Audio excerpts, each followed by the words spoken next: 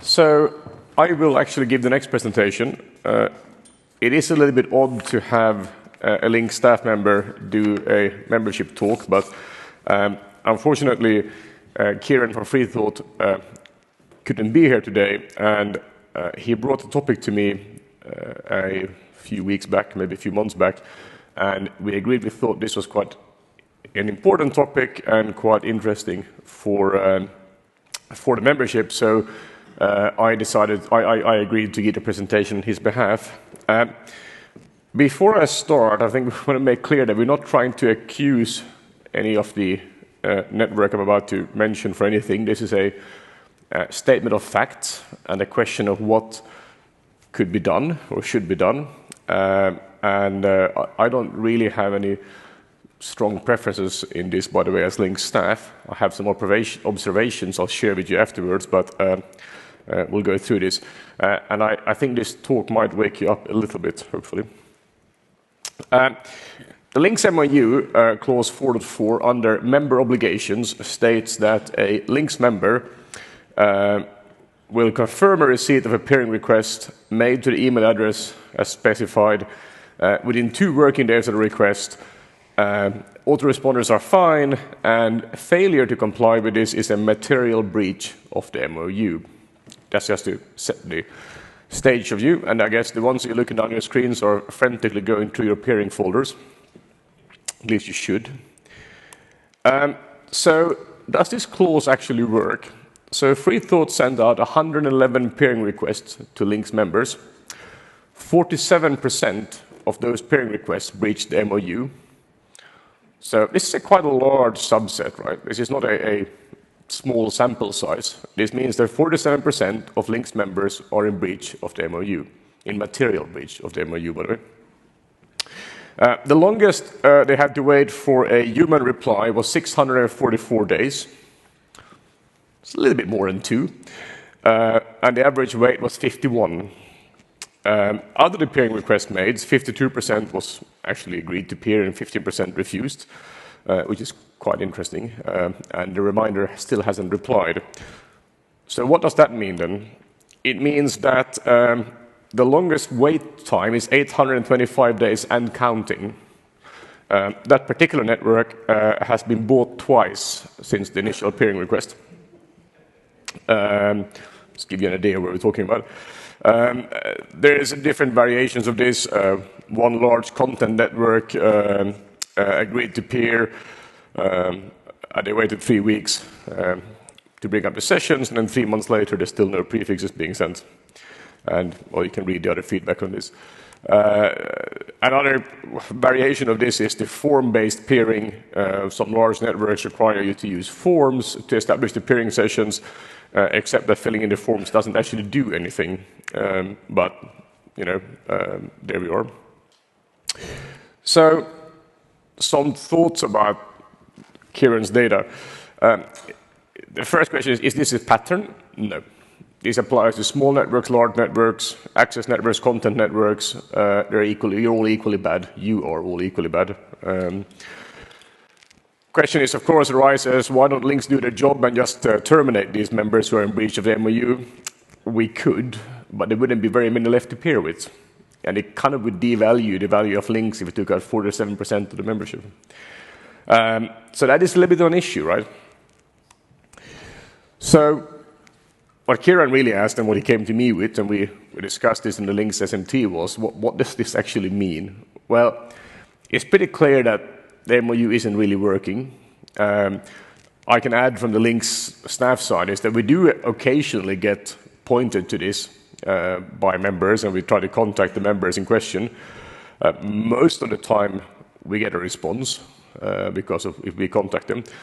We haven't really tried to contact people and we're talking 1 or 2 maybe members a year, roughly, not 111 who doesn't respond, or it's about 50-something members in one go. So the question, of course, the membership is what can or should we do about this? Change the MOU, remove this requirement completely because the intention when it was written was probably a good one, but it doesn't quite fit with today.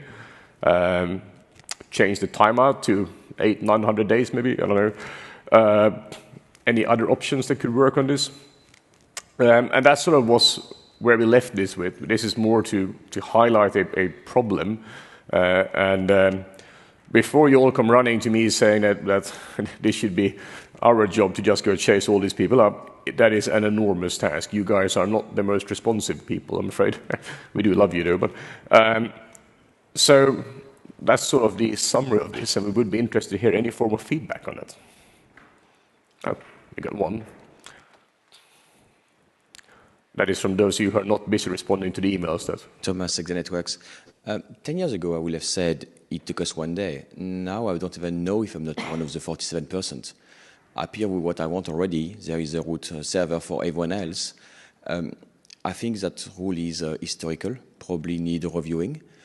Because if you are on the root server, you are peering whoever want to peer on the root server, so you have an open policy already by default, and you are there. You may not want an extra session, an extra BGP churn on your router, and it's perfectly fine. So I think there is probably a need for a work to perhaps review the situation and tidy the mess.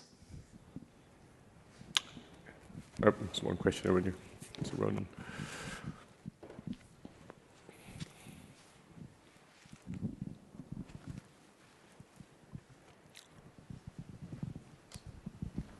Hi, Ronan from Akamai. I've grumbled about this in the past, but stopped, because what's the point? I think having this requirement in the MOU undermines the MOU because it is clearly not enforced and arguably unenforceable. So I think it would be better off taking it out. If nothing else, it sets a false expectation for new members that they will get prompt response from peers when they go looking for sessions. Okay, thank you. Any other thoughts? If I do a show of hand, if I post a question about this on a membership list, would that be sort of a good indication to try and get some yes, apparently? No, sorry, that's a comment. Because if that is the case... If people are not engaging to peering requests, why do you think they will engage on the membership list? So we probably have the same people we don't engage. If they see the supplier and they have a session with the collectors and the root servers, they're happy, they may not engage with us. And in that case, our attempt would be futile. But I think, yes, we should try. Yeah, I mean, what I meant was that, to Ronan's point, I think we should probably initiate a change of the MOU, because having a clause that's not followed by the members and unenforceable by us, I actually agree with Ronan, it does undermine the MOU and the expectations in it. So I think unless there is this wave of engagement of people responding to peering requests, I think removing that clause of the MOU is probably the best thing we can do. Okay, no other feedback and comments, so I will post that to the membership list and listen to the silence if I'm to believe Thomas then. Oh, well, Thomas again, so silence there. Okay.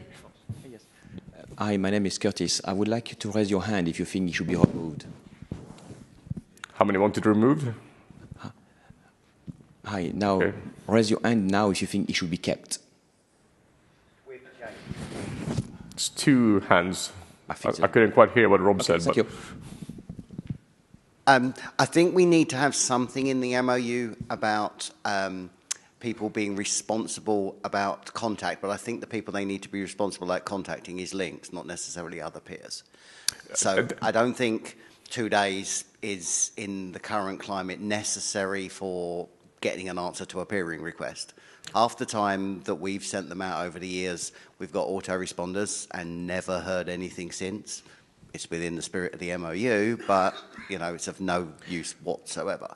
If there was something in there that said, if you're contacted by LINX, you must respond within, 15 days. Let's be reasonable, people take holidays and things like that. I think that would be important to keep in the MOU. As to setting when you must reply to a peering request, people ignore it, so let's take it out. It obviously doesn't work.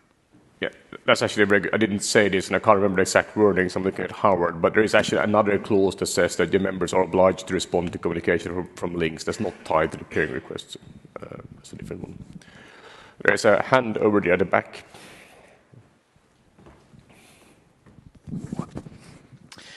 Thanks. Matt Wilson, Telecoms Cloud and IX Liverpool.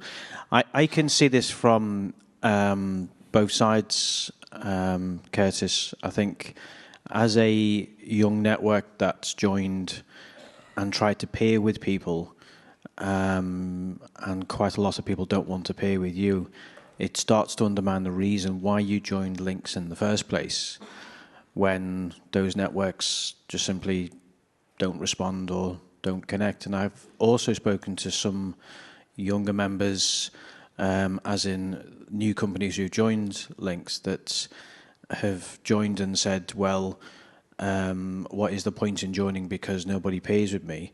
But then equally, I can see the other side, that we get hammered with peering requests from new networks, and there's an internal cost to us for someone to do the BGP config, and let's call it an admin fee every time a new network joins.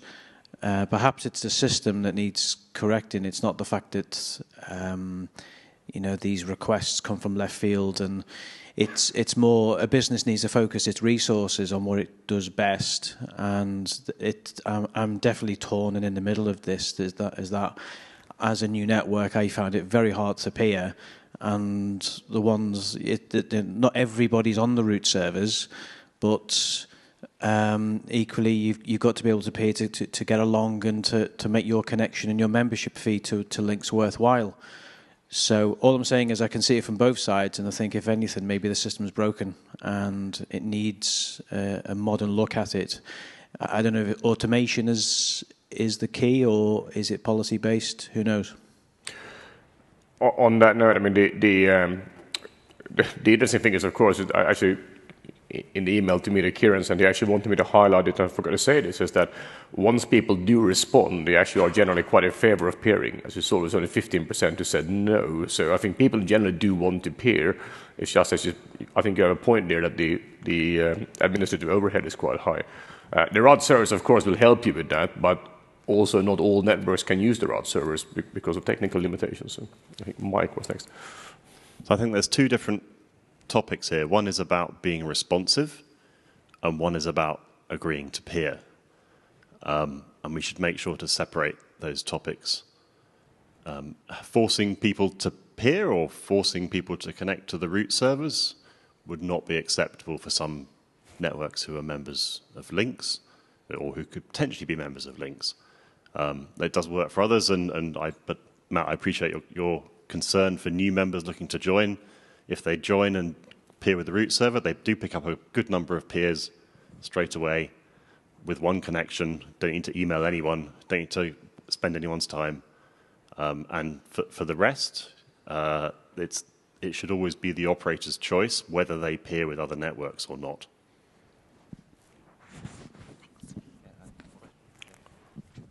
One information which is missing from that presentation is from the one who didn't reply. If they have peering DB record and the peering DB record say restrictive peering, the answer is probably they were never going to reply, or reply no anyway. And what we don't have in effect is a kind of misconfiguration of members or not doing what they should do versus people which have decided to not peer anyway, and the request was futile. Because if you contact everyone, a large number will not peer anyway. So I didn't look at all the AS who hasn't replied, but there are definitely AS numbers in there that has a completely open peering policy. But I remember two from the top of my head, but I can't remember the other ones.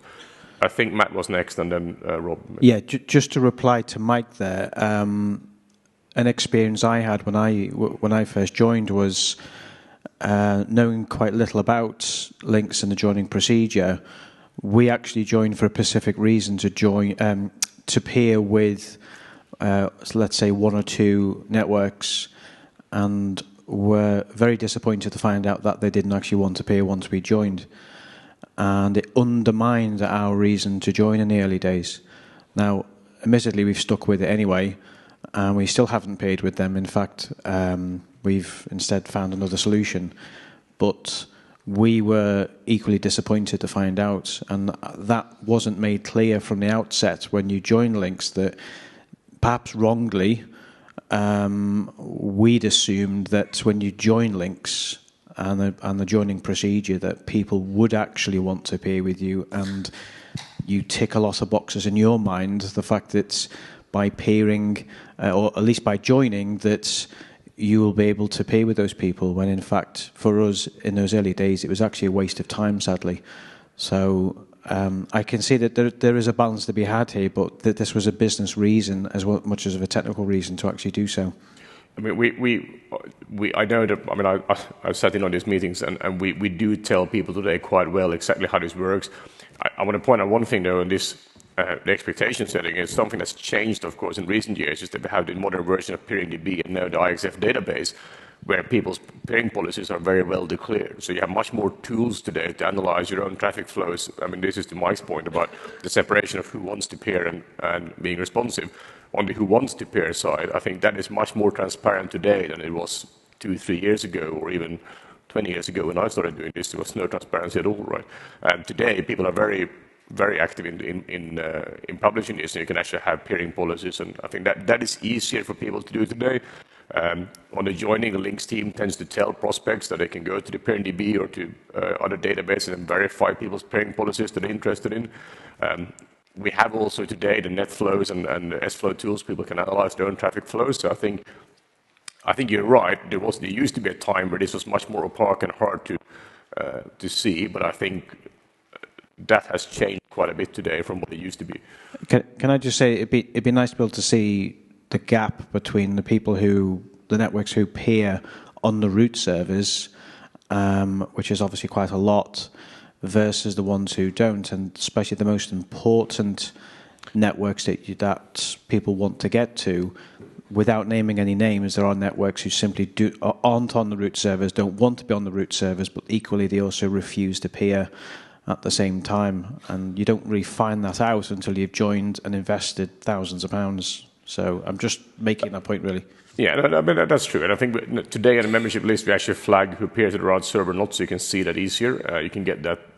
We provide much more data today than you used to do, right? But I think, again, there's technical reasons why some networks can't use the route servers, although they have an open peering policy, right? And we can't change that. That's life, technical life, right? I think it's Rob, and then even.